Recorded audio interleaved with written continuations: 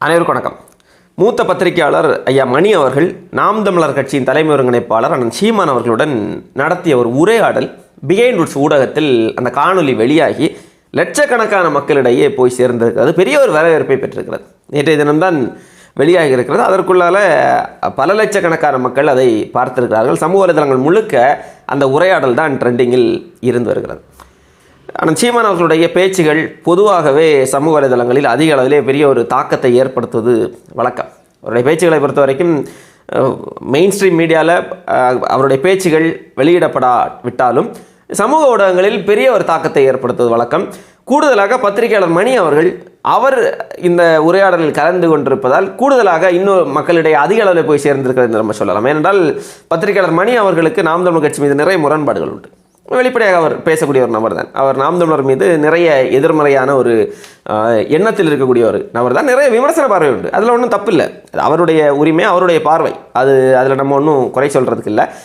அப்படி நாம் தமிழர் மீது ஒரு எதிர்மறையான ஒரு பார்வை இருக்கக்கூடிய ஒரு நபர் கட்சியின் தலைமை ஒருங்கிணைப்பாளர் சீமான் அவர்களை சந்திக்கிறார் என்றால் அப்படின்னா இந்த உரையாடலில் நமக்கு நிறைய தெளிவு கிடைக்கும், நிறைய கேள்விக்கான பதில் கிடைக்கும் என்கிற ஒரு எதிர்பார்ப்பில் தான் நிறைய மக்கள் இருந்தார்கள். உண்மையிலே அந்த காணொலியை பார்த்த மக்கள் அவர்களுக்கான அந்த எதிர்பார்ப்பு பூர்த்தி செய்யப்பட்டு விட்டது என்று நம்ம உறுதிபட சொல்லலாம். ஏனென்றால் பத்திரிகையாளர் மணி அவர்களுடைய கேள்விகளும் மிகச்சிறப்பாக இருந்தது. அந்த கேள்விகளுக்கு அந்த சீமான் அவர்கள் கொடுத்த விளக்கங்களும் பதிலும் கூட மிக மிக மிக சரியாக இருந்தது. என்ன கேள்வி கேட்கப்பட்டிருந்தது என்றால், பொதுவாக நாம் தமிழர் மீது வைக்கப்படக்கூடிய ஒரு பார்வை தான். என்ன பார்வை? நீங்கள் தோற்று போகிறதுக்காகவே தேர்தலில் நிற்கிறீங்களா?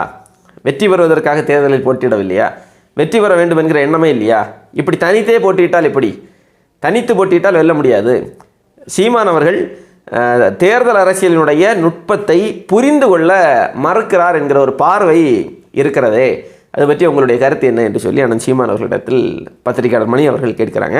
அதற்கு அண்ணன் சீமான் அவர்கள் மிக தெளிவான மிகச்சரியான பதில் எல்லாம் சொன்னார். தனித்து போட்டியிடுவது எனக்கு பின்னடைவு என்று சொல்கிறீர்கள், ஆனால் தனித்து போட்டியிடுவதுதான் எனக்கு பலம், என்னுடைய வலிமையே அதுதான்.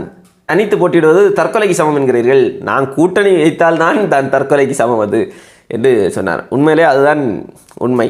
அது நாம் தமிழர் கட்சியினுடைய அரசியலை நீண்ட நாட்களாக ஆழமாக கவனித்து வரக்கூடிய நபர்களுக்கு தெரியும். நாம் தமிழர் கட்சி என்ன நோக்கத்திற்காக இந்த மண்ணில் உருவாக்கப்பட்டது என்கிற காரணம் புரிந்தவர்களுக்கு நாம் தமிழர் கட்சி தனித்து போட்டியிடுவது சரியா, கூட்டணி வைத்து போட்டியிடுவது சரியா என்கிற செய்திகள்லாம் தெரியும். நீங்கள் இப்படி சொல்கிறீங்க, ஆனால் உங்களுடைய கட்சியினுடைய தம்பிகள், தொண்டர்கள் அவங்க சோர்வடைந்து விட மாட்டார்களா? தொடர்ந்து தோல்வி என்றால் இன்னொரு 2 தோல்வியை சந்தித்தால் தொண்டர்கள் சோர்வடைந்து விட மாட்டார்களா என்கிற ஒரு கேள்வி. இந்த கேள்வி பொதுவாக பலராலும் வைக்கப்படக்கூடிய ஒரு கேள்வி தான். அதுக்கான சீமான் அவர்கள் தெளிவாக ஒரு பதிலை சொன்னார். என்னுடைய தம்பிகள் நான் தனித்து போட்டியிடுகிற காரணத்தால் தான் என்னுடன் இருக்கிறார்கள்.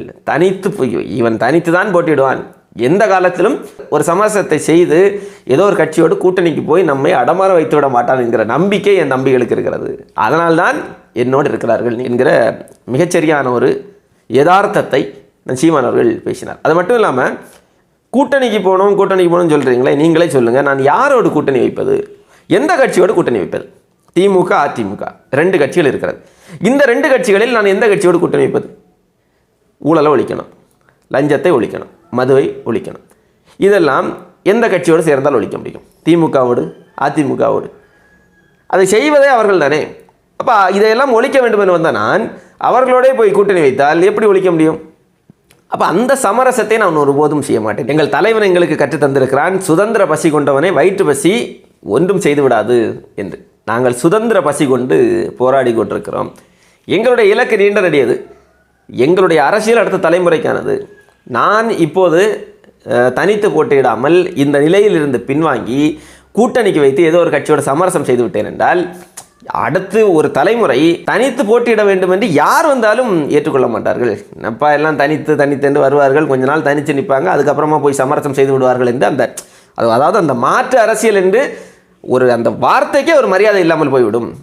என்னுடைய மக்கள் என்னை நம்புகிறார்கள் என்றால் நான் தனித்து போட்டியிடக்கூடிய காரணத்தால் தான் நம்புவார்கள். மக்களுடைய நம்பிக்கையை நான் காப்பாற்ற வேண்டும். அதனால் நான் உறுதியாக தனித்தே போட்டியிடுவேன் என்று சொன்னதும் மணி அவர்கள் என்ன சொன்னார்னா, அப்படின்னா நீங்கள் இயக்க அரசியல் இருக்கலாமே, உங்களுக்கு கொள்கை தான் முக்கியம், கோட்பாடு தான் முக்கியம் அப்படின்னா நீங்கள் இயக்க அரசியல் இருந்துட்டு போகலாமே, எதுக்கு வாக்கு அரசியலில் நீங்கள் நிற்கணும் என்று கேட்ட கேள்விக்கு, வாக்கு அரசியலில் நின்றாலும் நான் வெல்ல முடியும் என்பதை நான் காட்டணும் இல்லையா? உண்மையிலே அது சரியான ஒன்று. அதை காட்டிக்கொண்டு தான் இருக்கார் சீமான் அவர்கள். 2016ஆம் ஆண்டு முதல் முறையாக தேர்தலில் போட்டியிட்ட போது வெறும் 1 விழுக்காடு வாக்கள் மட்டும்தான் நாம் தமிழர் கட்சிக்கு கிடைத்தது. அதை தொடர்ந்து நடைபெற்ற அத்தனை தேர்தல்களிலும் நாம் தமிழர் கட்சி அடுத்தடுத்த கட்டத்தை அடைந்தது. 1 4 ஆனது, 4 7 ஆனது, 7 8 ஆனது. தொடர்ந்து நாம் தமிழர் கட்சி முன்னேறி கொண்டு தான் இருக்காது. இப்போது நாம் தமிழர் கட்சி தோல்வி அடைகிறது என்று தான் எல்லோருமே சொல்கிறார்கள். ஆனால் உண்மையிலேயே நாம் தமிழர் கட்சிக்கு அது தோல்வி இல்லை. ஒருவேளை நாம் தமிழர் கட்சி ஒரு தேர்தலில் பெற்ற வாக்கு விழுக்காட்டை விட அடுத்த தேர்தலில் குறைந்த வாக்குகளை பெற்றிருந்ததென்றால் அது நாம் தமிழர் கட்சிக்கு வீழ்ச்சியாக இருக்கும். ஆனால் இங்கே அப்படி இல்லை. 1 8 வந்திருக்கிறது. வாக்குக்கு பணம் கொடுக்காமல், கூட்டணி வைக்காமல், ஊடக பலம் இல்லாமல். அதிலும் கடந்த நாடாளுமன்ற தேர்தலை பற்றியெல்லாம் நான் சீமான் அவர்கள் குறிப்பிட்டு பேசுகிற போது, என்னையே சோதனை விடுறீங்க, என்னுடைய சின்னத்தை முடக்குகிறீர்கள், இவ்வளவு அடக்குமுறைகள், ஒடுக்குமுறைகள், இதெல்லாவற்றையும் தாண்டி நாடாளுமன்ற தேர்தல் என்பது யார் பிரதமராக வருவது, மோடியா ராகுல் காந்தியா என்று மோடியா ராகுல் காந்தியா என்பதை தீர்மானிக்கக்கூடிய ஒரு தேர்தலாக பார்க்கப்படக்கூடிய நாடாளுமன்ற தேர்தலில் கூட 8 விழுக்காடு வாக்குகள் மக்கள் எனக்கு செலுத்தி இருக்கிறார்கள் என்றால் அடுத்த சட்டமன்ற தேர்தலில் மக்கள் எனக்கு எவ்வளவு வாக்களை செலுத்துவார்கள் என்கிற கேள்வியை முன்வைக்கிறார். சரிதானே? நாடாளுமன்ற தேர்தலிலேயே நாம் தமிழர் கட்சிக்கு 8 விழுக்காடு வாக்குகளை கொடுத்து அங்கீகரிக்கப்பட்ட அரசியல் கட்சியாக மக்கள் அங்கீகரித்திருக்கிறார்கள் என்றால் சட்டமன்ற தேர்தலில் எந்த அளவிற்கு தாக்கத்தை நாம் தமிழர் கட்சி ஏற்படுத்த போகிறது என்பது பெரிய ஒரு எதிர்பார்ப்பாக இருக்கிறது.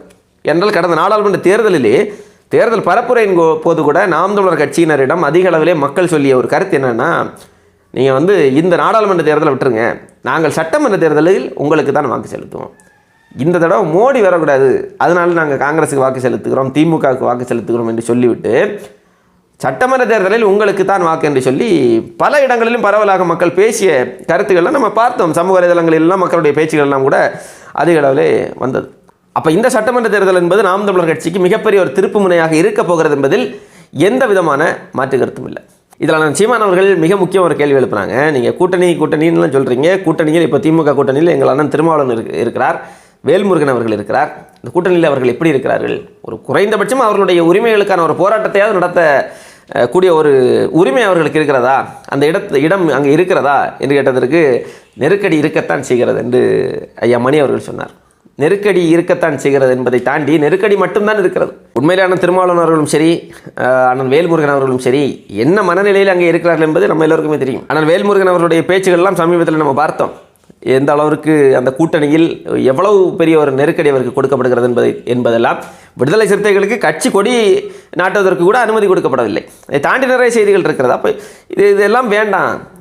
இந்த அரசியலை செய்வதற்கு நம்ம வரல. ஒரு சட்டமன்ற உறுப்பினர், ஒரு பாராளுமன்ற உறுப்பினருக்காக நம்முடைய கொள்கை, கோட்பாடு எல்லாவற்றையும் தாண்டி தன்மானத்தையே போய் கோபாலபுரத்து வாசலில் அடமானம் செய்யக்கூடிய அரசியல் எனக்கு தேவையில்லை. ஒரு நாள் என் மக்கள் என்னை ஆதரிப்பார்கள். நான் யாரோடும் கூட்டணியில் வைக்கலைன்னா நீங்கள் சொல்லக்கூடாது.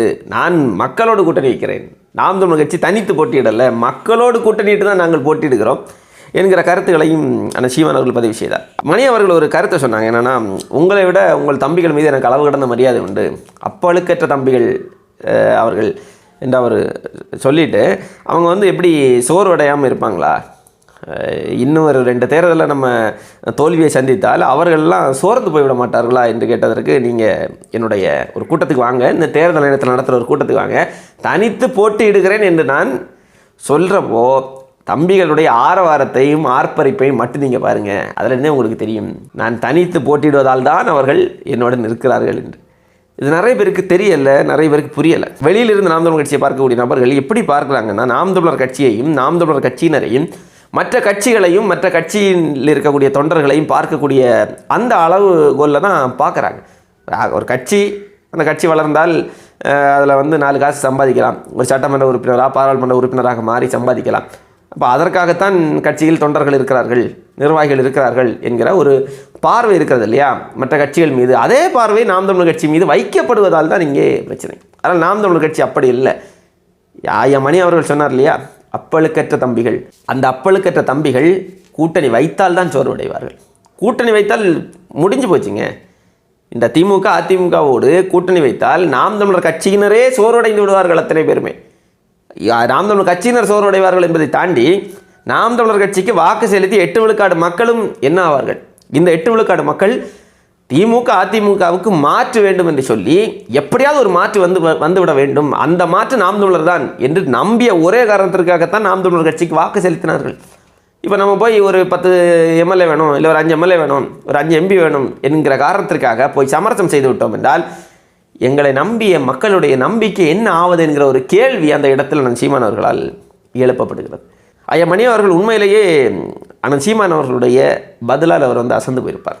அதில் எந்த விதமான மாற்று கருத்தும் இல்லை. அது நமக்கு என்ன இந்த மனுஷன் நம்ம வேறு மாதிரி நினைச்சோம், ஆனால் இவர் இப்படி இருக்கிறாரே என்கிற ஒரு பார்வையில் அவர் பார்த்திருப்பார்.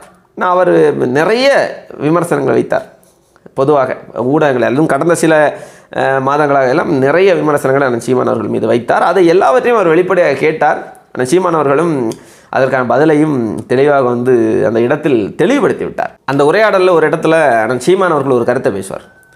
நான் தான் ஒரு இடத்துலையும் வெல்லலை, ஒரு சட்டமன்ற உறுப்பினர் இல்லை, பாராளுமன்ற உறுப்பினர் இல்லை, தொடர்ந்து தோத்துட்டே இருக்கிறேன், அப்புறம் நீங்கள் ஏன் என்ன பார்த்து பயப்பட்டு இருக்கிறீங்க என்கிற கேள்வியை கேட்டதும் மணி அவர் சொல்லுவார், நீங்கள் சொன்ன இந்த கருத்து ரொம்ப சரியான கருத்து, இது முக்கியமான ஒரு கருத்து, என்ன இப்போ நான் தோற்றதுக்கப்புறமா ஏன் என்னை பார்த்து பயப்பட்டு இருக்கிறாங்கங்கிற அந்த கருத்து முக்கியமான கருத்து என்று ஐயா மணி அவர்கள் சொன்னார். ஏனென்றால் அவருக்கு தெரியும், அவர் ஏற்கனவே பேசியிருக்கிறார் இந்த கருத்தை. திமுக சீமானை பார்த்து அச்சப்படுகிறது என்று சொல்லி பல இடங்களில் ஐயா மணி அவர்கள் பேசியிருக்கிறார். அது மட்டும் இல்லாமல் அதிக அளவிலே ஒரு அரசியல் கட்சியினுடைய தலைவரும் ஒரு அரசியல் கட்சியும் இந்த அரசால் கடித்து கொதறப்படுகிறது என்றால் அது நாம் தமிழர் கட்சி தான். அந்த அளவிற்கு அடக்குமுறைகளை நாம் தமிழர் கட்சி மீது இந்த அரசு ஏவி கொண்டிருக்கிறது என்று சொல்லி சமீபத்தில் கூட ஐயா மணி அவர்கள் பேசியிருந்தார். அது அண்ணன் சீமான் அவர்கள் அதை கேள்வியாக எழுப்பியிருந்தார். இப்போ அந்த கேள்விக்கான பதில் என்னென்னா, நாம் தமிழர் கட்சி தனித்து போட்டியிடுவதுதான் அந்த கேள்விக்கான பதில். ஒருவேளை அதிமுக கூட்டணியிலோ இல்லை பாஜக கூட்டணியிலோ இல்லை வேறு ஏதோ ஒரு கூட்டணியில் போய் நாம் தமிழர் கட்சி தேர்தலை சந்தித்திருந்தால் கூட திமுக இவ்வளவு அச்சப்பட்டிருக்காது. சரி, கூட்டணியில் இருக்கிறார்கள், அதோடு அவர்களுடைய கதை முடிந்து விட்டது என்று அவர்களுக்கு தெரியும். ஆனால் என்ன, இவர்கள் யாரோடும் கூட்டணி வைக்காமல் இருக்கிறார்கள், நம்மோடும் வரவில்லை, மற்ற கட்சிகளோடும் போய் கூட்டணிக்கு போய் நிற்கவில்லை, ஏதோ ஒரு கட்சியோடு கூட்டணிக்கு போய் நின்றார்கள் என்றால் மக்கள் இவர்கள் மீது வைத்திருக்கக்கூடிய நம்பிக்கையை மக்கள் இழந்து விடுவார்கள். அதுக்கப்புறமா நம்ம எளிமையாக உதயநிதி ஸ்டாலினை முதலமைச்சராக்கி விடலாம். நான் சீமான் அவர்கள் கூட அதை பேசியிருந்தார். ஆனால் அதிமுகவோடு போய் நின்னா உதயநிதி ஸ்டாலின் எளிமையாக மேலே வந்துடுவாரே என்கிற ஒரு பதிலை சொல்லியிருந்தார். அது உண்மை. அப்போ அதனால்தான் திமுக என்ன செய்கிறது என்றால் அச்சப்படுகிறது. இவர்கள் தனித்து நிற்பது நமக்கு பேராபத்து. 1லிருந்து 8 வந்தவர்கள் 8லிருந்து 16 32 அது 64 வருவதற்கு ரொம்ப நாளெல்லாம் எடுக்காது என்பது திமுகவுக்கு தெரியும். இந்த 8 விழுக்காடு வாக்குகளை நாம் தமிழர் கட்சி பெற்றிருக்கிறது என்றால் இந்த 8 ஒரு 20 விழுக்காடாக மாறிவிட்டது என்றால் அரசியலே வேறு, ஒட்டுமொத்த அரசியலும் தலைகீழாக மாறிப்போகும். அதை நோக்கி தான் நாம் தமிழர் கட்சி பயணித்து வருகிறது. நாம் தமிழர் கட்சி அற்ப தேர்தல் அரசியலுக்காக, அற்ப தேர்தல் பதவிகளுக்காக நிரந்தரமான ஒரு சமரசத்தை செய்வதற்கு தயாரான கட்சி அல்ல. இறுதியான சீமான் அவர்கள் ஒரு கருத்தை சொல்லியிருப்பாங்க. என்னென்னா, வாழ்க்கையில் ஒரே ஒரு முறை சமரசம் செஞ்சால் வாழ்க்கை முழுக்க சமரசம் செய்து கொண்டே தான் இருக்க வேண்டும் என்று. ஒரு முறை இவர்களோடு கூட்டணி வைத்து விட்டோம் என்றால் தொடர்ந்து இவர்களோடு போய் நிற்க வேண்டிய ஒரு நிலை தான் வரும். எங்களுக்கு தேவையே இல்லை. எங்களுக்கென்று ஒரு கனவு இருக்கிறது, ஒரு லட்சியம் இருக்கிறது, ஒரு கொள்கை கோட்பாடு இருக்கிறது. அதை நாங்கள் நடைமுறைப்படுத்துவதற்காகத்தான் இந்த அரசியல் களத்திற்கு நிற்கிறோமே தவிர மற்றவர்களிடம் 4-5 சீட்டை பெற்று சட்டமன்றத்திற்கு செல்வதற்கு அல்ல. ஒட்டுமொத்த சட்டமன்றத்தையும் கைப்பற்றுவதுதான் எங்களுடைய வேலை. 4 பேர் 5 பேர் சட்டமன்றத்திற்குள்ளால் போய் சமரசம் செய்து எங்களுடைய கொள்கை கோட்பாடுகளை எல்லாம் அடமானம் வைத்துவிட்டு நாங்கள் 4 சட்டமன்ற உறுப்பினர் வென்று விட்டோம் என்று சொல்வதல்ல எங்களுடைய நோக்கம். மாறாக எங்களுடைய தத்துவங்கள், கோட்பாடுகள், சித்தாந்தங்கள் இந்த மண்ணில் நடைமுறைப்படுத்தப்பட வேண்டும். அதுதான் எங்களுடைய நோக்கம். அது நடைமுறைப்படுத்தப்பட வேண்டும் என்றால் நாங்கள் தனித்து நின்று வென்றால்தான் அதை எங்களால் நடைமுறைப்படுத்த முடியும்.